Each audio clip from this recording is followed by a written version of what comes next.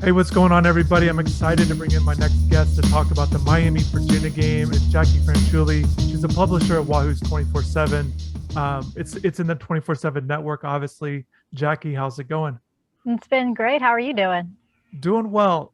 First off, there's a lot to get to. I want to break down by positions with both of these teams. Mhm. Very interesting of where these teams are in the season. First off, real quick, a shout out to Daryl over at Footballville for the hat. So I want to make sure I mention that. But Jacquie, before we get into the position stuff, let's talk about with where Virginia is.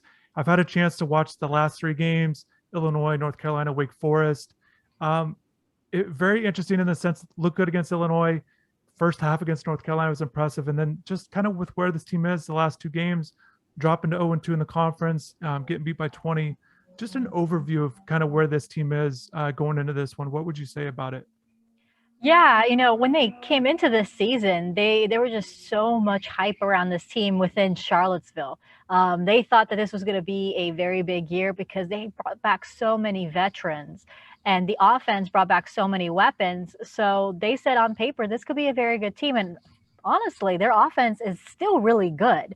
They kind of the offensive line in the last game did allow 6 sacks, which is not something that they had done in the previous weeks. But kudos to Wake Forest. That defensive line brought so much pressure and were so quick that they did struggle a little bit. But at the end of the day, what happened in that game was when your only weapon that you're using is passing the ball with Brennan Armstrong because you're fighting from behind, teams can key on that pretty quick. And their other weapon, Keaton Thompson, was wearing a cast on his hand. So you take him out of a few packages as well because he's not going to throw a ball with that cast. So there's no trickeration with Thompson there.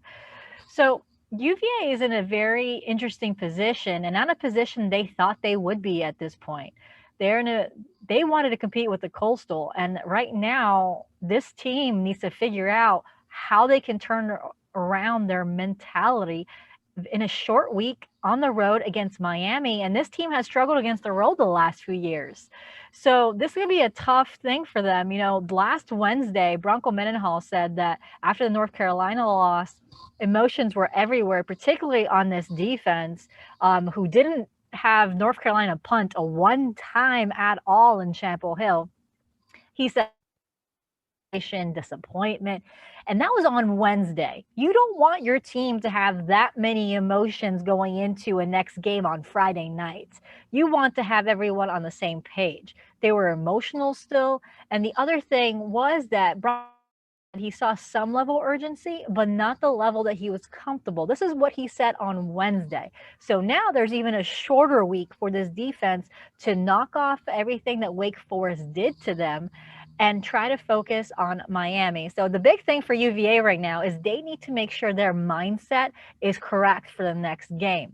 Defensively, they need to figure out what's going on. They're missing their assignments. They're slow to the ball. They're missing tackles. And I know it's hard to say, there was some improvement from UNC and Wake Forest, but right now, it's hard to see that with still the results that we're seeing on the field. So when you look at that, you think maybe this is just scheme. Maybe this scheme where they switch to a different formation just doesn't fit this team. So that is something that they're going to have to figure out before Miami. And honestly, when you look at a Thursday night game, that's a lot of holes to fix before a next ACC opponent and on the road. Yeah, definitely. And like you said, that 0-2, a team that's trying to win a Coastal, whether you think it's a strong or whatever you think of the division, it's going to be hard. If everyone goes 5-3, then who knows what happens? But that 6-2 mark, 6 or 7 wins in the conference, definitely feels like that's what it's going to take. Now, which team is going to do that? It's hard to say at this point, but backs are certainly against the wall for Virginia. And from a Miami standpoint, look, they beat Central Connecticut State 69-0. It's they played a lot of young guys. A lot of people are excited that they saw a lot of young guys, but it's almost like, what have you done for me lately? But let's not forget what was going on with Miami the first three games. Really struggled against Alabama, blown out against Michigan State, get the win against Appalachian State in the middle. But I think Miami still has question marks regardless. I think that there's still uncertainty there. And, the biggest question mark going into will be De'Aaron King's health, whether he's going to play or not with the shoulder injury. I was talking to a little bit about maybe our availability. Usually we're able to be at practice once a week for about 20 minutes. And the way that the schedule worked out conveniently, they're not letting us go out there this week. So it'll be interesting. Obviously looking to hide some things there, but that'll be a big thing. Jackie, let's talk about Virginia's strength. Like you mentioned, biggest strength is their passing offense. Brennan Armstrong leads the country in passing yards per game. Very impressive left-handed player. What's kind of been the most impressive thing about him, the way he throws the ball to you? Well, his accuracy in tight windows has been really good this year, and that's something that he's worked on in his off season. I think his maturity level from last year to this year, if you look on film from last year, you can tell that sometimes he was nervous, or at least some things that if things were going wrong in a game, he would push it and maybe didn't go through his progressions as quickly or thoroughly. Now, when you look at him inside the pocket, he has that command inside the pocket, and that's something he's grown into with reps and also confidence. And he's been able to go through his progression. You can tell even in a game against Wake Forest, when he was being pressured a lot of times, he was able to throw the ball in tight windows, get to Jelani Woods, get to Dotavian Wicks, get to Billy Camp, get to those wide receivers and tight ends. And that's what's been the biggest thing with him. Now, the other thing also is what I kind of alluded to too, is in his emotional growth. He doesn't let one thing wrong kind of go into a snowball and go into another and go to another and go to another. That's something that he's grown within the last year. And also because he's, COVID really, impacted so many teams, particularly on UVA that was trying to groom a new quarterback and a couple of new weapons. When you miss that period between spring and fall, which is usually one of the biggest times for development into a quarterback and also the chemistry between a quarterback and his wide receivers, you're going to see that on the field, which they did last season. This season, there's that chemistry. They understand each other, and you see it on the field now. The one thing about UVA is that they have this ability to be very diverse, and defenses have to plan for different scenarios. So there are times you might see 3 quarterbacks on the field at the exact same time. So the way that UVA sets that up is they'll bring in a guy like Jacob Rodriguez, who they list on the depth chart as a football player, just like Keaton Thompson. He's, when you're talking about running backs, I'm not going to tell you that the running back's going to lead rushing. I'm going to tell you maybe it could be Keaton Thompson or Jacob Rodriguez who are going to lead your rushers, or could be Brennan Armstrong that's going to lead your rushers. UVA came into the season thinking they were going to be in a traditional run game, but they kind of moved away from that and moved those quarterbacks into those positions. But yes, their passing game is big, and they use that to kind of free up those other football players. Brennan Armstrong's got a couple of targets, including Jelani Woods, who I mentioned. He is a beast. If you watch Wake Forest, he literally bounced off a guy. Wake Forest defender just falls on the ground, and he strolled right into the end zone. He is 6'7". He's a monster. He's a great blocker as well. So he's an all-around tight end. And he is going to be a mismatch nightmare for all defenses that are facing him. UNC did a good job defending him, but because you put so much effort defending him, you leave a guy like Wicks open. He's a really great wide receiver who is a great route runner, has good speed, and is also very physical. If you watched that North Carolina tape, you would have saw a couple of passes, including, I believe, his first touchdown in the game, where he wrestled for that ball. And actually, it would have been a defensive PI if he didn't catch it, but he was able to catch it and go into the end zone. So Wicks is a really great target. And then you have a guy like Kemp, who's in the slot, that can be a very good guy. And also running back Mike Hollins can also go into the slot as well. So we have a lot of targets for Brennan Armstrong. The question on the offense is, can the offensive line go back to how they performed against North Carolina and keep Brennan Armstrong safe? Because honestly, Armstrong threw 59 passes against Wake Forest. He was the team's leading rusher. So Brennan Armstrong is this offense. That's not ideal whatsoever. So they're going to try to run the ball. They're going to try to get more weapons on there. But that just means that they need to make sure they're not coming from behind, because that's been the big thing the last 2 games for UVA. They're coming from behind, which means Brennan Armstrong needs to lead this offense and kind of be the dude for them. So that's where the defense steps in. And it's kind of like this vicious cycle. If the defense can't stop Brennan Armstrong, then the passing offense is what you're going to see more than a traditional run game. And you mentioned the weapons, and I feel like for Virginia, it seems like they're at their best when they have all of their weapons out there. I want to talk about Wayne a little bit too, but just with the offensive weapons. Miami has struggled against the receivers. I do think, from a Miami standpoint, I touched on the young guys earlier. James Williams got his first start, interception. Gervin Hall was suspended. I would be surprised if they go back to Gervin. I think James has shown enough that he should be the starter. So that'll be big. Other than that, I think Miami secondary, kind of the same guys out there. Not a lot of rotation, and they'll definitely have their hands full. Like I said, they've struggled against the pass at times this year against Alabama, notably Michigan State. And Appalachian State was able to throw it too. So, Wick's certainly a big time target. Kemp, people know about Kemp over the years, and Henry, but let's stay on Jelani there at tight end. First, if people haven't seen Virginia play, first play of the game, you're going to be like, what the heck is number 0 doing at Virginia? Who is this guy? I don't think he's got the national appeal yet. What can you kind of say? Transfer from Oklahoma State, essentially why Virginia, and maybe type of player he is. Again, for people that haven't seen him play yet. Yeah, sure. So he chose Virginia because he wanted to, come into an offense that he can make an instant impact, and that's honestly also the big reason why UVA went to him. Now, if you follow the Virginia program just a little bit, you know that Bronco Mendenhall has a thing where you're not given your number on your jersey, you earn your number in jersey, and there's a player lottery that the players choose the order where the players choose their jerseys. Jelani Woods came as a transfer, and he was one of the first to select a jersey. So he's earned his team's respect really quickly in Charlottesville. So that's a really big deal that a transfer can come in and earn a team respect like that and choose their jersey. So he's became one of the team leaders on offense as well. Now, the big thing with him, before I covered Virginia, I actually was covering the Gators and another tight end called Kyle Pitts. Now, they're not the same type of tight end, but the mismatches that those two guys can do are pretty much equivalent. Jelani Woods has a little bit more muscle. So if you look at what Kyle Pitts can do, he's a little leaner. Jelani Woods is a little bigger. His frame has a little fuller. He's also a much better blocker than what Kyle Pitts was. Jelani Woods is a very good blocker. And honestly, if you look back in the tape against Wake Forest, Brennan Armstrong had a 35-yard run, I believe. It was 35 or around 30 yards. Jelani Woods was a big reason why. He was able to block for Brennan Armstrong, and he was able to get an extra 15 yards on that run.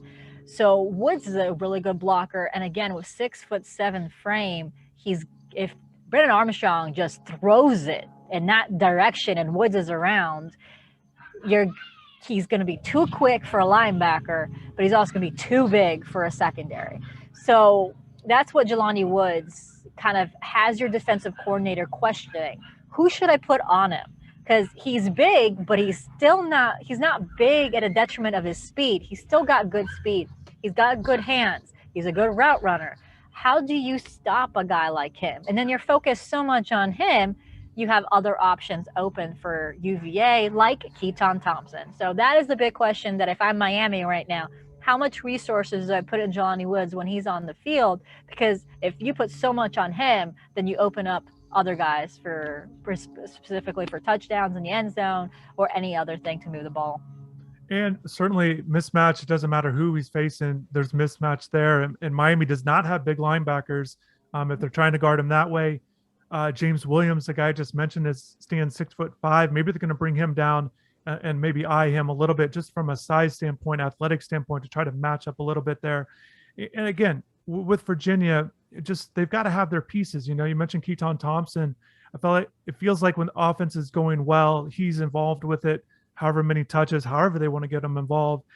You touched on it early, dealing with a little bit of an injury. Right. Also, kind of what's the latest with Wayne there? Talapapa out. I know he wasn't putting up big numbers in the rushing total, but it just feels like that, like you said, that they're not able, or they don't feel comfortable or confident really going to a traditional running back, where it felt like, at least with Wayne in there, they could do that a little bit. So kind of what's the status on those two players? And Miami has struggled against the run too. So and I know Virginia doesn't present the threat that Alabama, the Miami's first three opponents did, but certainly if Virginia can do a little bit there.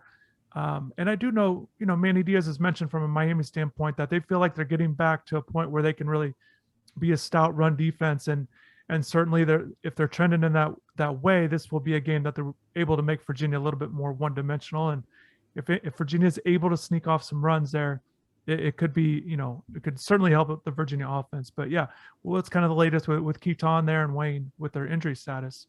I feel like you just described Virginia's defense too when you just went in that little We're going to get description into there. Virginia's defense, that's for sure. We are going to get into that. Yeah, so sorry, that just like, oh wow, that's almost exactly what Virginia's Yeah. problems are right now. But yes, on the running game, so Wayne Talapapa was going through concussion protocol. He picked up that concussion in Chapel Hill. He didn't feature against Wake Forest. There's no update as of right now. The expectation is he should be close to getting through, but concussion protocols, it's, everything is kind of fluid. So we're still waiting on the official word if he is been cleared to play. He has not been as of right now this Sunday. Keaton Thompson did play against Wake Forest. He was limited though. He did catch a ball with a cast on. So he is playing. So I think you'll still see him. It's just that you won't see him to the level that, he is a former quarterback. It wouldn't have shocked me if he was going to throw a ball against Miami. But with a cast on, that's not going to happen. So Keaton Thompson should be good for the Miami game. I think there's a lot of other injuries that we're also focused on. Like for example, their starting kicker was hurt against Wake Forest and did not play as well. Now, the thing with Wayne Talapapa, you touched on a little bit. When UVA went on fourth down against Wake Forest, or when they went on fourth and short, those situations were Wayne Talapapa situations. That's who they missed. That's a guy that can put his nose to the ground and get you those short yardages. That's who they miss against the Deacons. That's who they would miss if he's not ready to go against the Canes. That's what Wayne brings you. He's the hard-nosed guy who would be great on special teams, who will do his job, even if he's not carrying the ball on the offense. He'll be a good blocker, but also he'll get you those short yards that you need to convert on those fourth downs or in the red zone. It's, the other running backs in the room are still talented, but we haven't really seen them much. UVA, again, when I mentioned, when you look at the last few games, either Brennan Armstrong is leading the rushers, or guys like Jacob Rodriguez are leading the rushers, or guys like, Keaton Thompson has the most rushers. Those are the guys who are leading the guys on the ground. So when you look at the running game for UVA, don't look at the running backs. Look at the other guys in the position. Look at the quarterbacks. Bronco Mendenhall and his staff have this philosophy that when you recruit a quarterback, you're recruiting some of the best athletes for that position. And some of their thought process there too is quarterbacks have to know the offense inside and out. They have to understand every little facet of it. So why keep those guys on the bench? Put them in the game so they can learn inside the game. And honestly, they're probably going to be the ones that know the offense the best. So their philosophy is put the best athletes on the field in one way or another. So that's when you're a Miami fan, don't be shocked if you see a Jacob Rodriguez on the field. Don't be shocked if Keaton Thompson's on the field. Mike Hollins, a running back, but he also is a very good weapon in the slot. So that'll be something that you can watch out for if they realize that they can go up the middle, or if they realize that the secondary or the linebackers are somewhere where they can kind of pinpoint as a weakness at Miami's defense. I wouldn't be shocked if Hollins kind of gets used in that slot. And then another running back to look out for is Devin Darrington. He's a graduate transfer from Harvard. I think he's the one to watch moving forward as the season progresses. He was my pick as one of the sleepers for UVA early on in the season. The staff has said countless times that he's an efficient runner. He's a guy that sees an open space, doesn't juke back and forth at all. He just runs straight north. And he's a guy that could pick up some good yardage. It looked like he had a slight little, nick against North Carolina. He kind of was slow to get up at one point, but he did play against Wake Forest. Not much carries. I believe it was only 2 carries. But I think he's also one that you can see more reps as the season goes on, especially if Wayne Talapapa is not available against Miami. So it's Devin Derry and Mike Hollins are 2 guys to watch for as far as running backs. But again, UVA is not an ordinary offense. Thompson is a running back. Jacob Rodriguez is a running back. And Brendan Armstrong is a running back as well. Yeah, and I think the biggest thing with Virginia, they're going to play to their strengths. They're going to figure out ways, like you said, get guys on the field. Miami's got to be ready for mismatches, be ready for different formations. Sometimes you'll see 3 running backs in the backfield, or you'll just see different things mixing up and receivers. And I know Virginia is going to certainly plan to face Miami. And Manny Diaz has already mentioned that he feels like Virginia is one of the toughest teams to scheme against because of just all these things. So certainly it's going to be interesting. Miami's got a challenge there. Let's flip it around here. Miami standpoint, I touched on De'Aaron King. If De'Aaron King's unable to go, I think they'll go with Tyler Van Dyke. I think he'll earn his second start after starting last game. One thing that's going to be interesting is, and against Central Connecticut State, yes, you could put in Jake Garcia in the third series, and that's fine. And they kind of rotated back and forth. But I don't know what the plan will be if they're really just going to go with Tyler all the way through, which is what you would expect. But Jake's done well. So I think it's going to be interesting if they're going to play both guys. And then also the other guys on Miami's offense have to step up. And that was a big thing that Manny also mentioned was the other guys around the quarterback position have to play better, can't drop passes. There's guys at the wide receiver position that need to make plays. Will Mallory's still waiting for him to make big plays. So Miami's got some playmakers ready to, that will need to be counted on. There's no doubt about it. And like you said, we've touched on a little bit. Virginia's defense has really struggled. And it's interesting because there's some guys, Blunt can play, he's a good player, clearly not enough, but not enough players. But what's the biggest weakness with the Virginia defense? Ooh, that's a loaded question. What is the biggest weakness? Right now, their run defense is going to be your biggest weakness to attack, because right now the way their coverage is, they're such a soft coverage. They're so far away that it's basically welcoming. How about you kind of run and get me a first down? That's how it felt like when I was watching tape in North Carolina. It was like a welcoming for a first down is how they were scheming, and they were such soft coverage. Run defense is where I would say if I was Miami, I would try to run the ball as much as possible. I think their secondary has improved somewhat. They just had so many missed tackles against North Carolina, but at the same time, North Carolina's players are just so skilled and their offense is so quick. That is one thing that this defense does struggle with. If your offense is very, very quick, they look gassed when they go after an offense so quickly. They can't just set up as quickly. So that is something that I would do with Miami if you can. Now with the linebackers, sorry about that.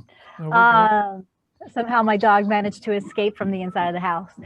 The one thing with their linebackers is one thing that I notice is they try to go up front to stop the run, but then they get involved with a double team with the offensive line, and they can't close their gaps, which means that runners can have more space to run and get that first down and get huge chunks of yards.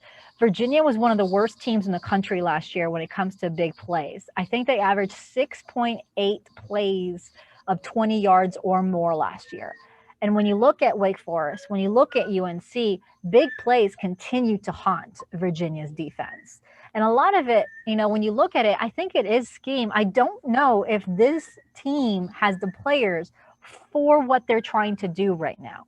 I honestly would want to see this Virginia defense kind of go back to what Bronco Mendenhall was doing his first couple of years, where they created more havoc, the havoc coups, more pressure, more aggression, because right now they're not bringing pass rush. There's no pass rush at UVA. Quarterbacks seem to have enough time to throw the ball. And when you have enough time to throw the ball, and then runners can have space because linebackers are going into double teams or just not in their spots and not closing their gap efficiently, you've got ingredients for disaster. And I think, just from that standpoint, and kind of talking, you said run defense. So Miami is expected to get a little boost in the running game with Jalen Knighton. He has served a 4-game suspension that was announced before the year. So, doing the math, he would be eligible, assuming he did everything right. And so Miami would get that running back into the mix. And Cody Brown showed some things last game. And Cameron Harris is coming off a 3-touchdown game, reeling off some big runs again against a FCS opponent. But Miami's would like to get that running game going. It hasn't gotten going quite yet. But like you said, and if Tyler Van Dyke does get the start, or, if Derek's not ready, it seems very obvious to rely on the running game with the young quarterback playing at home, kind of get into his mix there, instead of really trying to win the game with the pass. I know Miami would definitely like to establish the run in any game, but it seems like definitely that they'd like to get this thing going. Miami's offensive line has been in flux a little bit. They're trying to, kind of stick with one group and go with it there, and we'll see if it works out there. But I do think it'll be interesting because Miami, if they've played just in general, if they've played like they've played the first 3 games, they're going to have a tough time in this one, even with all the weaknesses that Virginia has had. It's still a Virginia team that does things really well, and Brendan Armstrong is certainly capable, more than capable of having big games. He's had big games essentially every game this season, even with the losses. So he seems hard to rattle.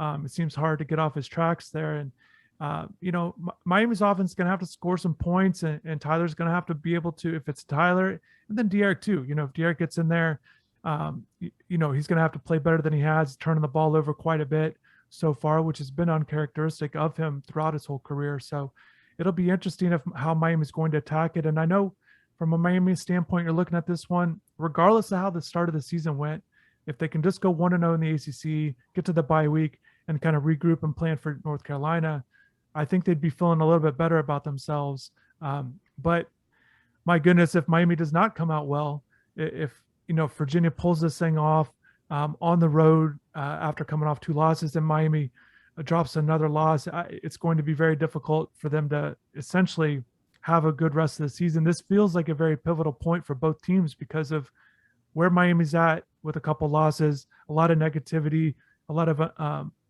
uncomfortableness with the fans and disappointment and frustration, everything that's going on into this right now. And then from a Virginia standpoint, with the 0-2 in the ACC, that's not what, like you said, that's not where they wanted to be. And dropping to 0-3, where does their season go from there? So very pivotal point. It definitely feels like the quarterbacks, right? Like it feels like, Yes. Can Brennan lead this team to a win? Can he have one of these monster games, which he has had? He can get 4 or 5 touchdowns. He can throw for 400 or 500 yards. It's crazy numbers, but he's that guy, that kind of a guy. And Miami standpoint, De'Aaron King, if he's in there, can he have productive game? Tyler Van Dyke, can he handle the bright lights of an ACC game? It's going to be very interesting from the quarterback standpoint. I think that's where this game will probably be decided, even though, because I think both teams have shown some weaknesses here. Is there some things that, how do you kind of see this one in terms of just the real keys to this for either team? Honestly, if I were Miami, I would try to stay on the offense as much as possible on the field if I were them. Honestly, the run game will be crucial for Miami. If they can establish the run early on, which is, pinpoint the UVA's weakness on defense, their run defense, stay on the field, make sure Brennan Armstrong can't be on the field. That would be my key to the game for Miami. Keep Brennan Armstrong off the field as much as possible, because Brennan Armstrong has proven he can get down that field pretty quickly if necessary. They can have their big plays themselves, and they have big playmakers that can do that with Wicks and Woods and Thompson. I kind of agree with you. I think this will be basically which offense can be as efficient as possible. When I was previewing the Wake Forest game, I thought the first team not to score was going to lose. That was my idea with UVA and Wake Forest. I don't think that's going to be at this point with Miami and UVA. I don't think it's going to be that dramatic like I thought with Wake Forest. But I do think if you have the ball, you have to get some points, because right now that's the thing with UVA specifically as well, because you just can't count on your defense right now. They went almost 2 games without forcing an opponent to punt. So Illinois punted in the 4th quarter. North Carolina didn't punt at all, and Wake Forest only punted in the 4th quarter. So that's why so much is on the UVA offense. So the key for them is don't turn over the ball. So Brennan Armstrong needs to play well. He can't have any interceptions. You can't have a fumble. So he has to play clean. And then for the defense, they have to stop the run. They have to play like they did the first 2 games. They have to make sure they're on their assignment. They have to make sure they tackle. There's no missed tackles. And honestly, their mindset needs to be there. Obviously, mentally, didn't seem like they cleared everything from that North Carolina game. And especially from those comments that I mentioned earlier that Mendenhall mentioned on Wednesday last week, it seemed like they were still shrugging off the North Carolina loss. There's a shorter week now against Miami.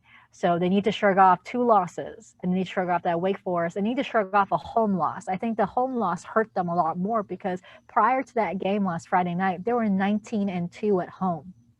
So they take pride in making sure that they don't lose at Scott Stadium. They didn't lose at all in Scott Stadium last year. So that's going to hurt them a little bit more. So they need to make sure they shrug that loss on, because they need to be on point against Miami on the road, especially when they have to go on the road again 1 week later and face Louisville. So for UVA, they need to play clean. They need to establish the run. Just not even having huge numbers. Just make sure you give Brennan Armstrong a break. Make sure Brennan Armstrong's not throwing 59 passes, and making sure he's not the leading rusher. Give the guy some weapons to help him out, even if Hollins kind of runs here and there, and Devin Darrington. And defensively, just needs to play sound defense. They need to be on their assignments. And I think on paper, UVA has a couple mismatches that they're going to do. I think the passing game obviously is going to be where they're going to attack Miami. But yeah, it's going to be an interesting game. It's when I was watching Wake Forest and UVA, and I knew the Miami game was coming up, I was thinking, what timing for these two teams to face off against each other. Yeah, and that, like I said, it feels very pivotal for both teams. It could be launching points for either one. Who knows? Maybe they build on whoever comes away with it. I just look at it from the, whoever loses this game, I think it's going to be pretty tough for them moving forward. And it's crazy to have a pivotal game like this so early in the year. And Miami's first ACC game already feels like a must-win game because, again, right, a lot of disappointment already. And so it's going to be interesting. And Jackie, we'll go ahead and wrap this thing up. But definitely, like I said from the beginning, I appreciate you jumping on. Lot to discuss, plenty of, you guys, I know you'll have stuff on your website. We'll have plenty of stuff leading up to the game. It should be interesting, and just want to thank everybody for watching. So, but thank you, Jackie, for being here. Yeah, thanks for having me. And Ralph also thanks him for joining in and providing his thoughts on the Miami game.